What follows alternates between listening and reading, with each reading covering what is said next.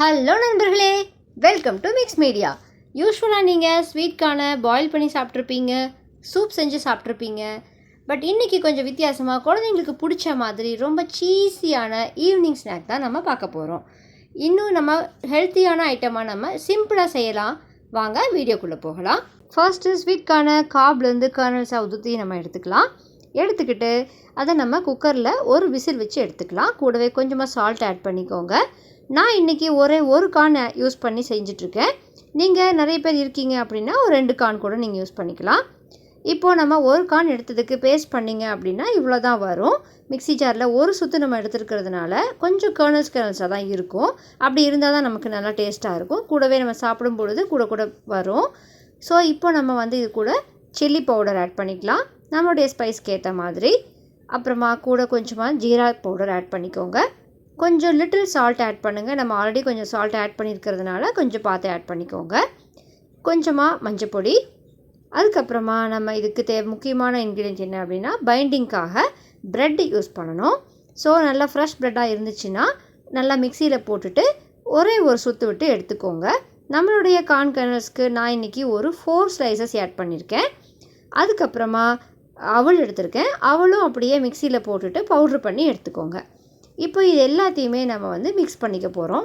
Water add பண்ணக்கூடாது, ஏன்னா already நம்மளுடைய கார்னில் வாட்டர் இருக்கிறதுனால இதுவே நல்லா பைண்டிங் பண்ணிவிடும். ஸோ ஓரளவுக்கு நல்ல ஒரு பதத்துக்கு வந்ததுக்கப்புறமா நீங்கள் கையில் பிடிச்சி பாருங்கள், நல்லா நம்மளால் ஃபார்ம் பண்ண முடியுதா அப்படின்னு சொல்லிட்டு. ஸோ இந்த கன்சிஸ்டன்சியில் இருந்துச்சு அப்படின்னா உங்களுடைய கட்லெட் உடையாமல் நல்லா உதிராக இருக்கும். ஸோ இப்போ நம்ம குழந்தைங்களுக்கு பிடிச்ச முக்கியமான இன்க்ரீடியன்ட் சீஸ். ஸோ அதை நம்ம மிடில் வச்சுட்டு பேக் பண்ணிக்கலாம். லைட்டாக ஹோல்ஸ் பண்ணிவிட்டு உள்ளுக்குள்ளே எவ்வளோ தேவையோ அவ்வளோ சீஸ் உள்ளே வச்சுட்டு நீட்டாக அது உள்ளே போட்டுட்டு நம்ம பேக் பண்ணி வச்சுக்கலாம்.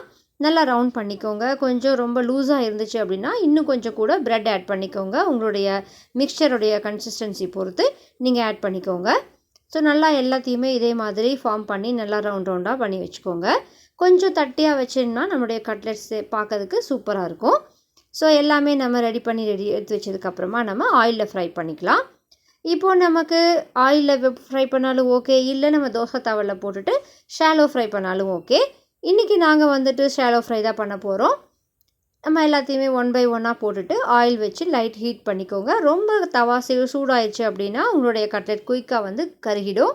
ஸோ மீடியம் ஃப்ளேமில் வச்சுக்கிட்டு அளவாக பொறுமையாக போட்டு எடுங்க.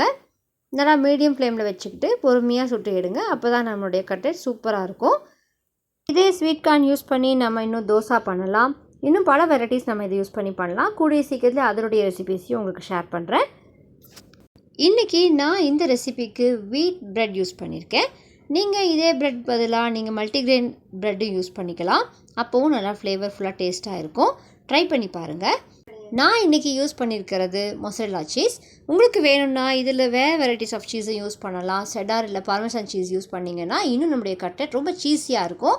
நம்மளோட இந்த ஸ்வீட் கார்ன் கட்லெட் சூப்பராக ஆயிலில் ஃப்ரை ஆகிடுச்சு. இப்போ நம்மளுடைய கட்லெட்டை நம்ம ஃபேவரட் சாஸான மயோனீஸ், டொமேட்டோ சாஸ், இந்த மாதிரி உங்களுக்கு பிடிச்ச சாஸை டிப்பாக யூஸ் பண்ணி சூப்பராக சீஸியாக ஹெல்த்தியாக சர்வ் பண்ணி சாப்பிடுங்க. நம்மளுடைய இந்த கட்லெட்ஸ் எல்லாத்தையுமே பிளேட்டிங் பண்ணிடலாம்.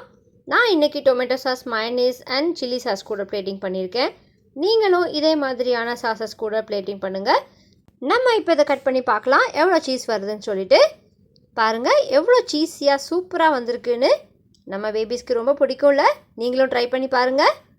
இதே மாதிரி இன்னும் பல ரெசிபீஸ்க்காக எங்கள் சேனலை சப்ஸ்கிரைப் பண்ணிட்டு காத்துருங்க. டாட்டா, பாய் பாய்.